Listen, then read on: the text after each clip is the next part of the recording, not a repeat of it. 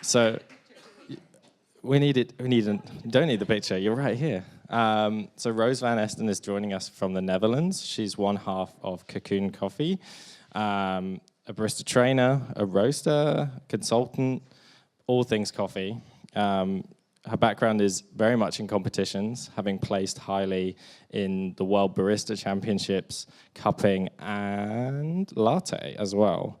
So as a barista to start with, yeah. Don't worry, I won't forget. So her talk today is on creating a safe learning environment, and so I'll give the floor to Rose. Thank you. Hi, everybody. I'm very excited to be here. And I'm going to tell you something about how to create a safe learning environment. Before I start, I was actually quite curious to how many people here give trainings, either roasting or barista or whatever, any form of training. Could you put your hands up? Ah, that's quite a lot. Very good. Okay, what I'm going to tell you something about, first of all, is how do you measure a good training, or how do you measure a training, whether it's good or bad. Then I'm going to get into a safe learning environment, what it is, why do you need it, and how are you going to create it. And how to create it has a lot to do with group dynamics, so I'm going to be getting deeper into that as well. But first of all, a great barista is not a great barista training. Why do I say that? Because from my own personal experience and from what I see around me, is a lot of people who are baristas become trainers. Maybe it's the same with roasters. They are a great roaster and then they start training. And what you need to be a good trainer is good skills. So yes, you're starting off really good as being a great barista or a great roaster. But you need more. You need good communication skills as well. So that's something I'm going to be talking about more today. But because I noticed also that when I was giving trainings, sometimes they would do an exam, and some groups would do better than other groups. And I was wondering, why is that? Why would one group score higher than another group? Yes, you could say one group is better than the other group, but I was thinking that's not the only thing. There's something more into play here. And then I met Brent Seine, and he wrote a book on group dynamics and started telling me about this. And I found this really interesting because this could really help me in my trainings. And this is also something that I really want to share with you today. So I'm not the expert on group dynamics, but I have really delved into it and see what it brings for me in the practical situation. But first of all, the measuring levels. First of all, you can see if someone's having a good time. Just very basic. Is it a nice location? Is the trainer good? Is the training interesting? Do I like it? The second level you can measure on is the skill and the knowledge. Did someone learn something? Did they think they learned something? You can also measure it with an exam. Can they do the techniques that they need to do to make a good coffee or roast a nice coffee? Or do they have any knowledge on coffee, green coffee, anything? So you can measure this. So this is the second level. But after learning, what is important of learning is, of course, behavioral change. Now someone has followed your training, they're going back to their cafe, roastery, whatever, and are they actually making the coffees, roasting the coffees differently than they did before? So this is very important. And then we can get to level 4, which is, of course, result improvement. Are they making better coffees? Are they selling more coffees?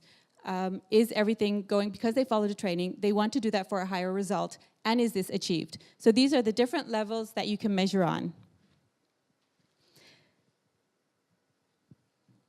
And to be able to change the training, you've measured, I have a training, I have a certain result, but how can I get better? And there are a lot of ways you can change, but there's one thing which is very important, is a safe learning environment. And a safe learning environment is the interaction between student and trainer. And specifically where students are comfortable to voice their own weaknesses, where they can voice a gap in their knowledge skill, or where they can ask for help where they need it. Once a student is able to do this in your group, you know they're feeling safe in your group. So this is very important. But of course, they won't be able to get there without a trainer. And a trainer needs to show certain aspects as well. Enthusiasm. If you have a trainer that never reacts to anything, you're not going to know whether you learn or you're not going to feel comfortable. Also, what is important is to have empathy. To feel with someone, if someone made a mistake, that you're there to help them and make them feel good about themselves. Second of all, analytical ability. Is someone actually learning? Can you see this? Or is someone having a hard time? You have to be able to notice this on time. And third of all is be creative and improvise. The situation is never the same in your training area. There's always different people, different groups, and sometimes there's someone there that you need to respond to, or the group actually has a higher level than you expected. Are you still going to give them the same training, or are you just going to give them a little more information so that they go home feeling good about what they learned? But why do you need a safe learning environment? Well, it's very important that people feel safe so that they can take risks in front of others so that they have more space left to learn. And if they have more space left to learn, that means it increases the results for the students. But this doesn't only increase the results for the students, it increases results for yourself, because this student is very likely to come back to you. And what is even more important is this going to be an ambassador for you. He or she's going to tell other people, you know, that's a great trainer, you should go there. As I told you, it increases the results for the student. First of all, when the group starts in the morning, a lot of energy is wasted on the group dynamics. Someone is feeling very nervous, very uncomfortable, and a lot of time is wasted. And there's only very little space left to learn. But once they start to feel comfortable, they're not going to be focused on the group dynamics anymore, so that'll go decline, and there'll be more and more space left to learn. And the faster this decline goes, the more results you will have as a trainer that your student will learn. But how are you going to do that? How are you going to make sure that they feel safe as soon as possible in your group? Well, first of all is being aware of the group dynamics. As soon as there's more than one person in a room, you have group dynamics. And group dynamics are everywhere. You have them in the working space, you have them in your training, you have them at a party, you have them at this event. Where there's a big group here, when are you going to talk to someone? How are you going to feel safe? Who can you be in this group? And you also have to be aware of yourself as a trainer. And you're going to be the group leader. So you're going to be the one that's going to help everyone get into the safe learning environment.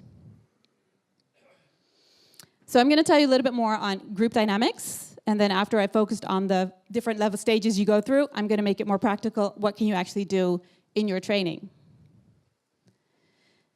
So first of all, you'll get into survival modus. You get into a room and you actually walk in and you're going to be wondering, am I going to survive?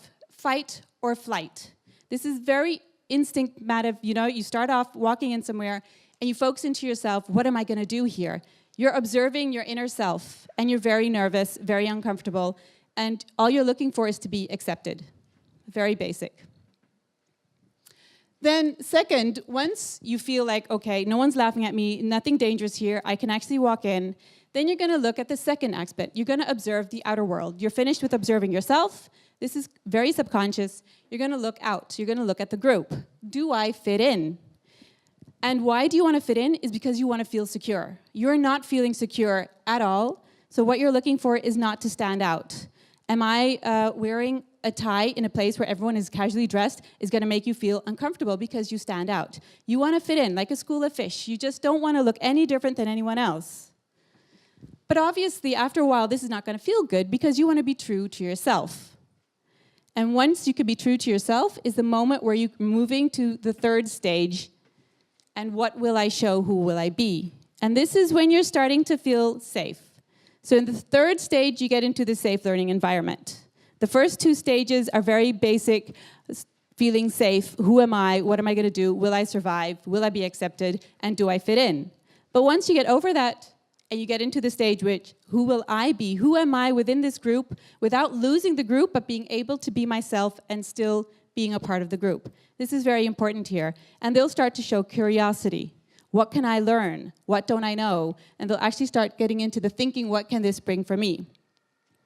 And then the last stage, once they know what the group brings for them, they're going to wonder, hey, they're going to start feeling responsible. What can I bring to this group? What can I do to help? What are my expertises? What can I bring? What can I help to make us get even better in what we're doing? Look at the working space. How can we make the cafe go better, or the roastery? What can we do? New ideas. And you're actually, instead of only planning, you're going to become active in this. Now let's look at your training. People are coming in. It's very subconscious. Their observation is inwards. You open the door, they walk in, and they're wondering, will I survive? Will I be accepted? What can you do in this situation? Well, very simple. Just smile. Make some eye contact. That's a sign that it's safe. You're not going to smile if you're in a very dangerous situation. There's a lion right behind you. Might seem bizarre, but yes, this is the very first instinct reaction that you have. So smile and eye contact is very important. And also acknowledge someone. So when someone walks in, make sure you've said a hello so that someone feels that they're okay to be there. They're in the right area. I'm supposed to be at a training. Is this the training area? Am I where I'm supposed to be? And also, very important is introduction. It's very important that in this stage where they feel very unsafe, that they need to say something. And the easiest way to do that is let the student introduce themselves. But do this when the whole group is intact and the whole group is together.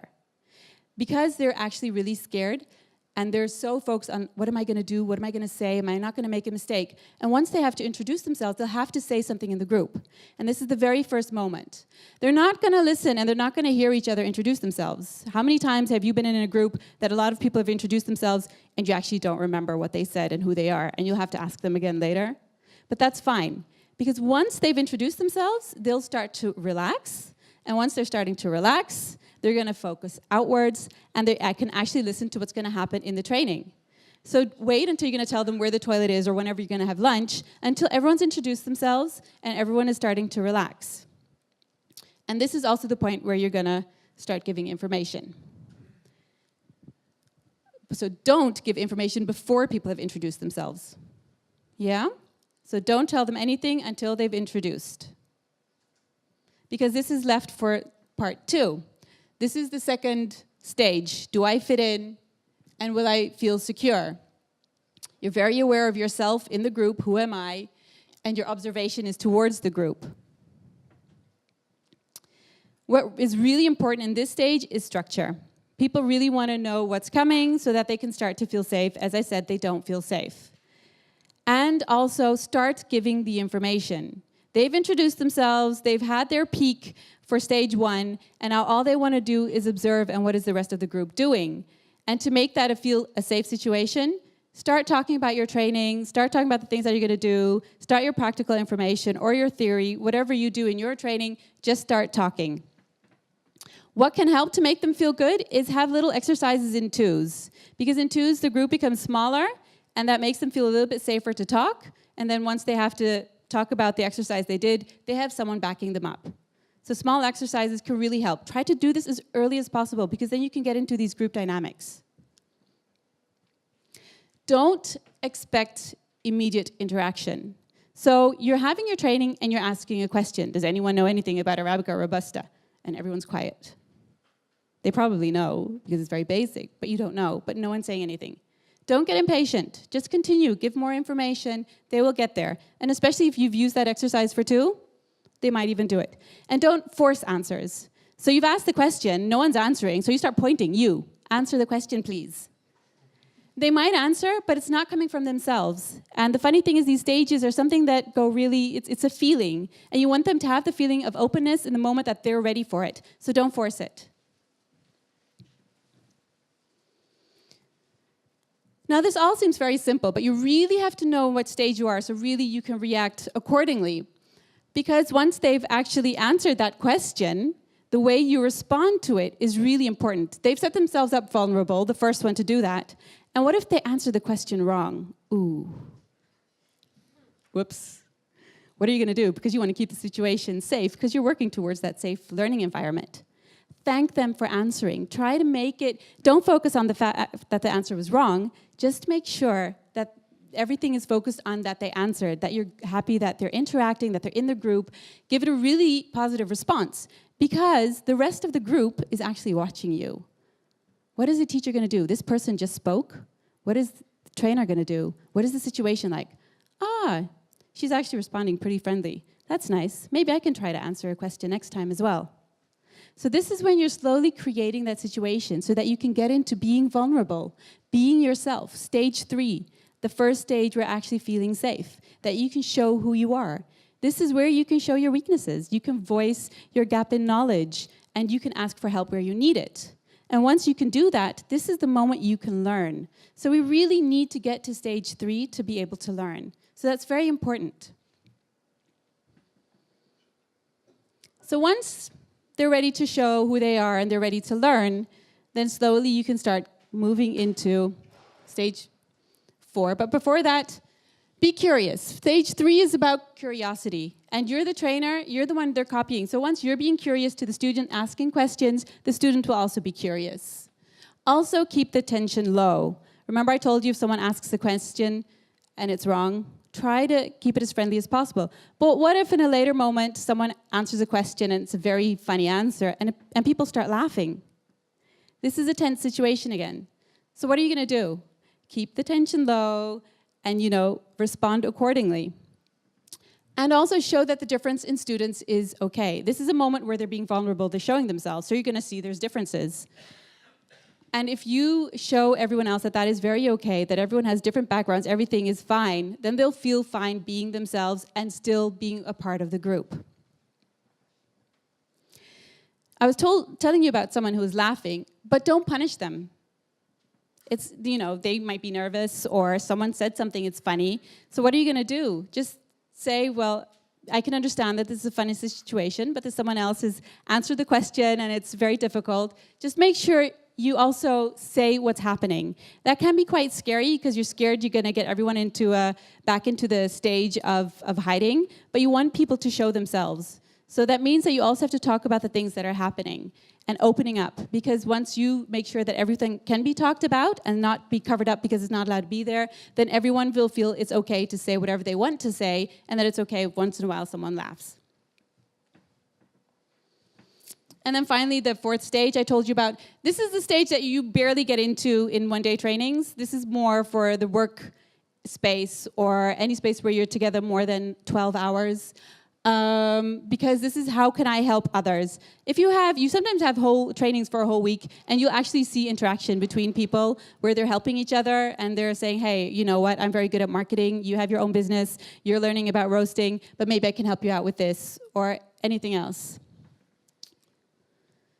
Very important here is to ask people feedback. They've been in the group, they feel very comfortable, they have actually discovered their own weaknesses but also their strengths. And you can use that. And you can use everyone's strength. And then the group becomes very dynamic. And this is also a moment to bring in new goals, because this is the action part where people, they've shown themselves vulnerable, they've thought of ideas, and now they want to act on it.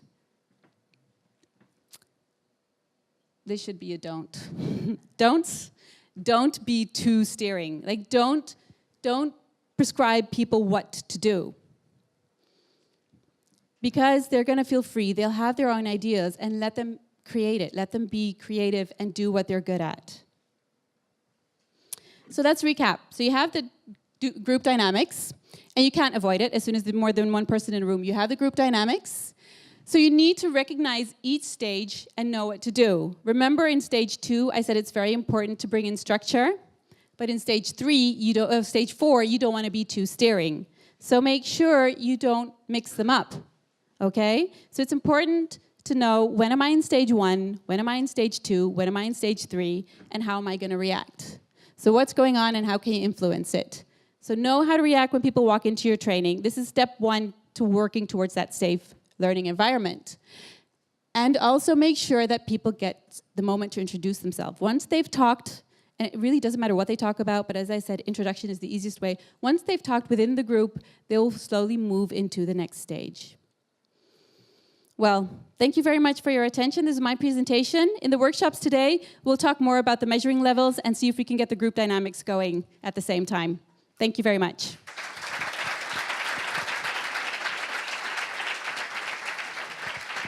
Hello. Thank you. Oh, thank you. Thank you, Rose. So now we're going to ask, oh, amazing chairs. Look at this. It's like a professional thing. You know? Can you see us all right on the cameras? Cool. Okay. Yeah. So thanks for your presentation. I think the show of hands it's really interesting. I mean, I used to be a barista trainer of sorts, and I think I'm going to be vulnerable here, and I think I was a pretty bad one. I think I made people feel comfortable, but I was not very good at delivering information that like stuck. So it's really interesting to see it from a different perspective, and especially from someone like yourself who has so much more experience. One thing that came to mind with this group dynamics thing is how that plays out in cafes as well. Because that first slide when you were talking about, acknowledge people, smile, these are things I've definitely gone into cafes from time to time, not that frequently, and experienced. So have you ever thought about the group dynamics aspect between staff and customers, baristas and customers?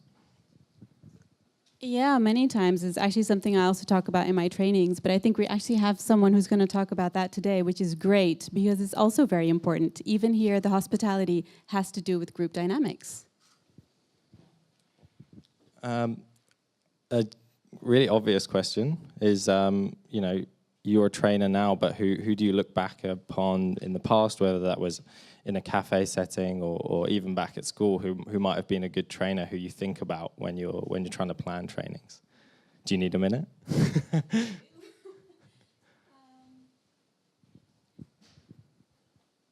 Well, I think I hated French, but I had a French teacher who actually got me learning a lot because the class was a lot of fun. And I think he was very focused on the whole group and the group dynamics, and also focused on every person individually, which was fantastic. And that's what I try to do, is I give everyone attention, but also the whole group as a whole. Yeah. No baristas, not yet. Yeah, and if you're, obviously, because I think we're all here, so we're all in agreement that there's more we can learn about coffee, and more we can, more ways we can grow and develop in this industry.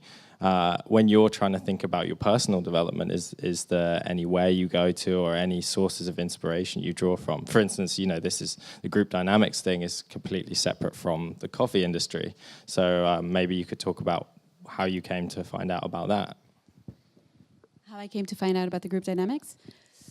Well, as I said, in my trainings, I had different results, which surprised me. And I always like to think about why things happen.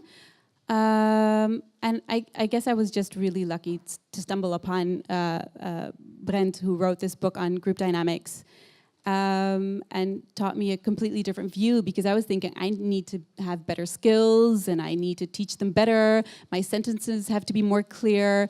And yes, that's part of it, but I guess that's not all of it. And this is what I really learned. Yeah. So is there any other areas you look to, like, in general? Is it psychology? Is it? Yes, well, it's definitely psychology. And I used to study psychology, so I love people. I guess I don't get as emotional, but I thought it was beautiful. But I love coffee and I love people, but I think I love people more. And actually, what I love about coffee is flavor and taste, so I like everything that tastes good. Okay, so I think we're going to try and throw it out to the floor if anyone has any questions for Rose. There we go. Oh, good. For a second, I thought we might only have one mic, so I'm glad to hear. He says all ready for this. Thank you. Can you give your question? Hi, Rose. It was a really good presentation, so thank you. Thank you. I'm really interested in, you spoke a lot about the group dynamics and how you kind of create awareness around that.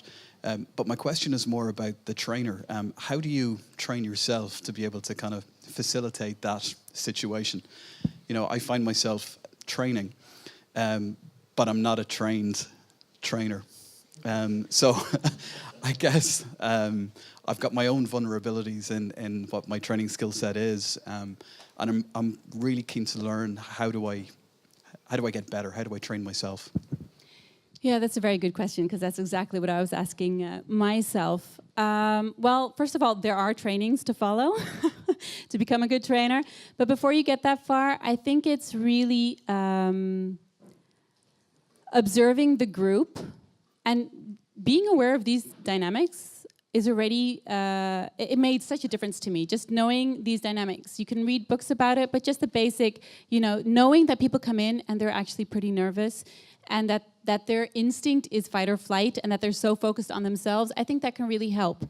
And so I say introducing themselves can really help. And yes, you feel vulnerable and scared. Like I have that right now, sitting here, you're talking to a group, you're feeling nervous, I have a lot to say, I'm thinking about it, and you have that with a group that's sitting in front of you that you want to teach. So experience is also a good thing. The more experience you have, the more relaxed you'll be. And once you feel relaxed, you can observe the group, and you can observe in what stage they are and realize what to do. But the certain basic steps like introduction can help, but knowing when someone answers a question, that's also very important, and how to respond, that you know that there's dynamics there going on. And trying to be a very funny trainer is a very good idea, but you can't do this until the group is far enough in that stage.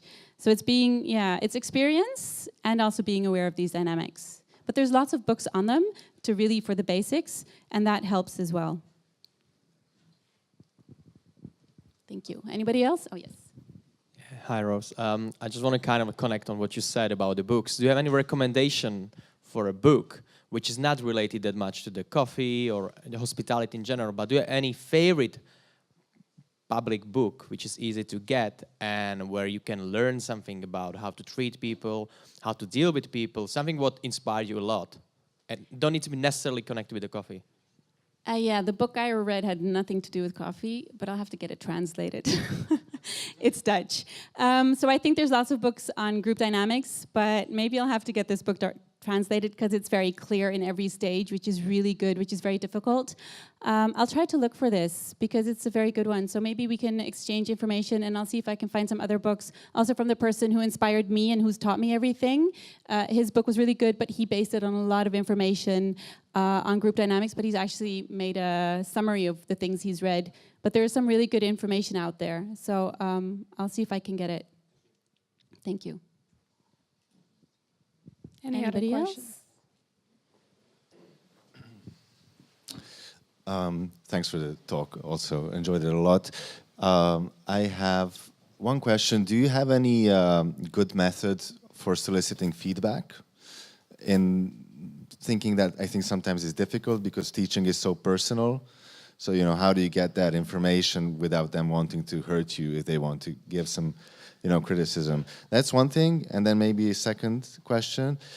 I think it's, how do you reconcile making a safe, friendly, funny environment with also, especially I guess if you train baristas, there's this strictness to it, to a lot of things, wipe, clean, etc., do it well.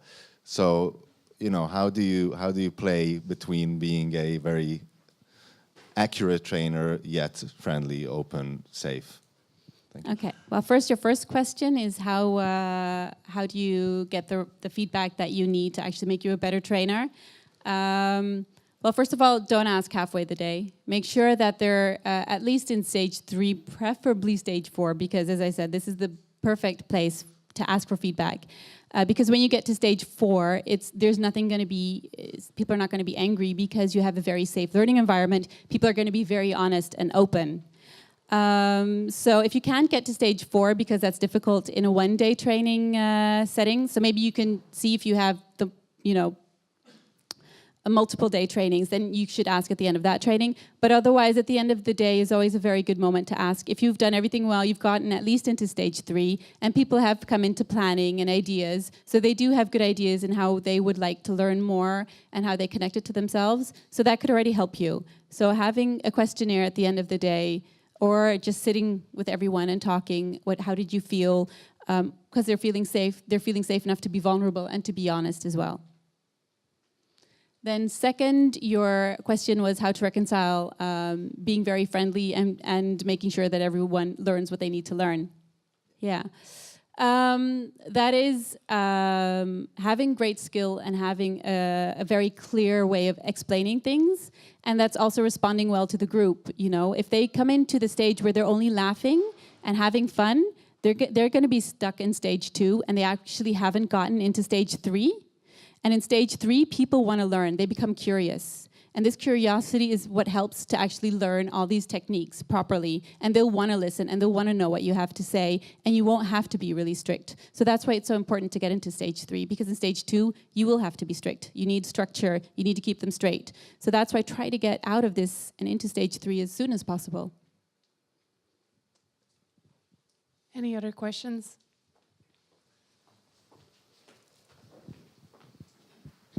Thanks. It was really interesting. I think it's applicable both for trainers learning to train, but also for people who are learners and who are going into trainings, because you've actually got the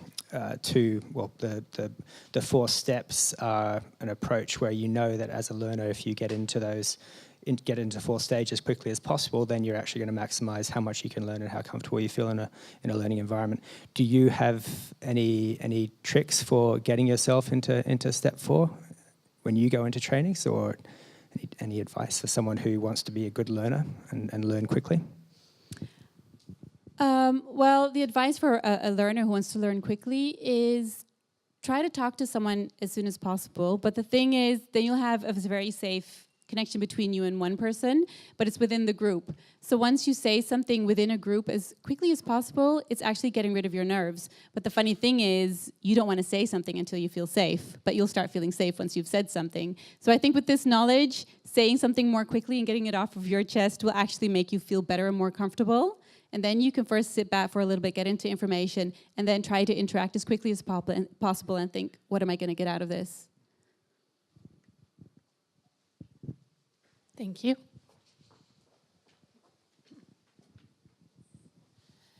So you're also judging. So do you train judges as well? Or is it different, or are they, I don't know? No, I don't train judges. Oh, we okay. actually get head judges from the international championships to do the training. I would like to do that as well, because we do that once every 2 years, and I would like to get it done every year, because I feel like we need to improve as judges, because baristas work so hard to compete. Okay, cool.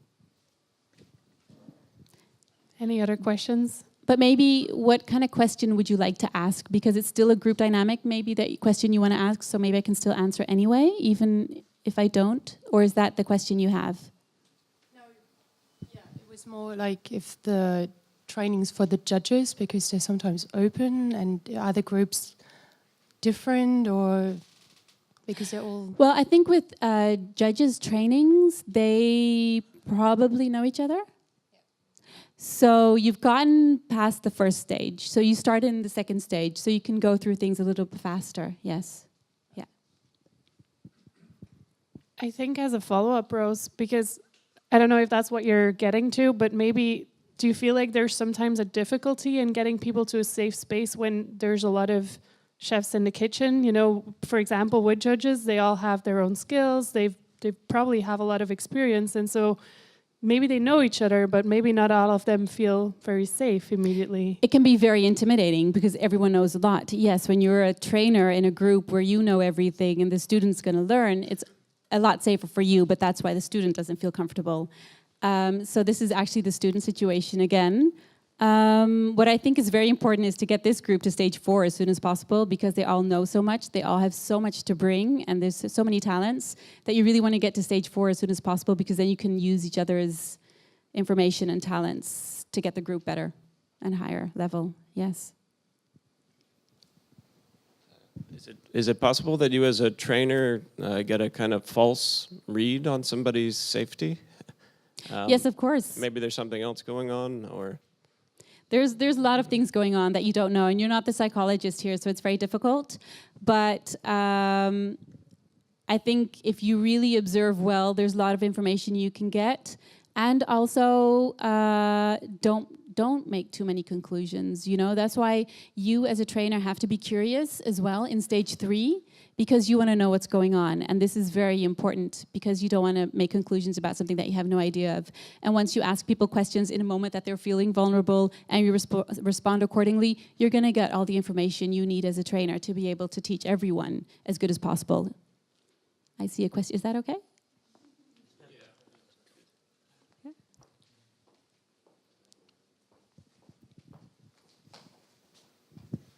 have you got any advice on managing language or knowledge gaps in groups?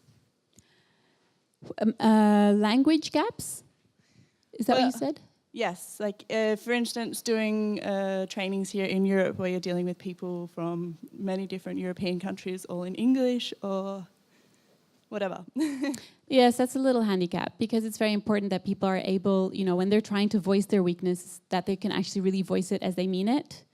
So it is a little bit of a handicap, but I think if most people have the same problem, then everyone's speaking different languages and they all have to speak English and be able to make themselves clear. It's going to be difficult for everyone. But yes, it'll take a little bit longer, but that's why even then get them to introduce themselves because then they'll already get over their stumbling of saying it in a language that they're not completely comfortable with. Yeah. But yes, it'll make it difficult, but being able to be vulnerable is easiest to do in your own language. And then the knowledge gaps as well, like say if you're doing a workshop with the general public, trying to deal with people who have some knowledge of coffee and some people who have no knowledge of coffee or...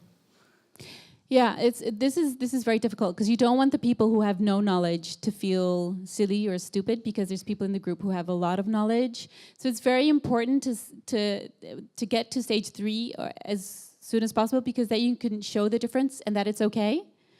So that people who know a lot, you want to be able to challenge them as well, but don't let them go ahead because you also want to be there for the people that don't have a lot of knowledge. So it's the best to get groups who are as homogenic as possible. So you want the groups to actually fit. So I think that's very important to get to a safer learning environment as soon as possible. It'll be more of a challenge, but if you focus on everyone's differences and what they can bring into the group, then I think you can get through as well. But it'll take a little bit longer. Perfect, thank you. Thank you. Any last question?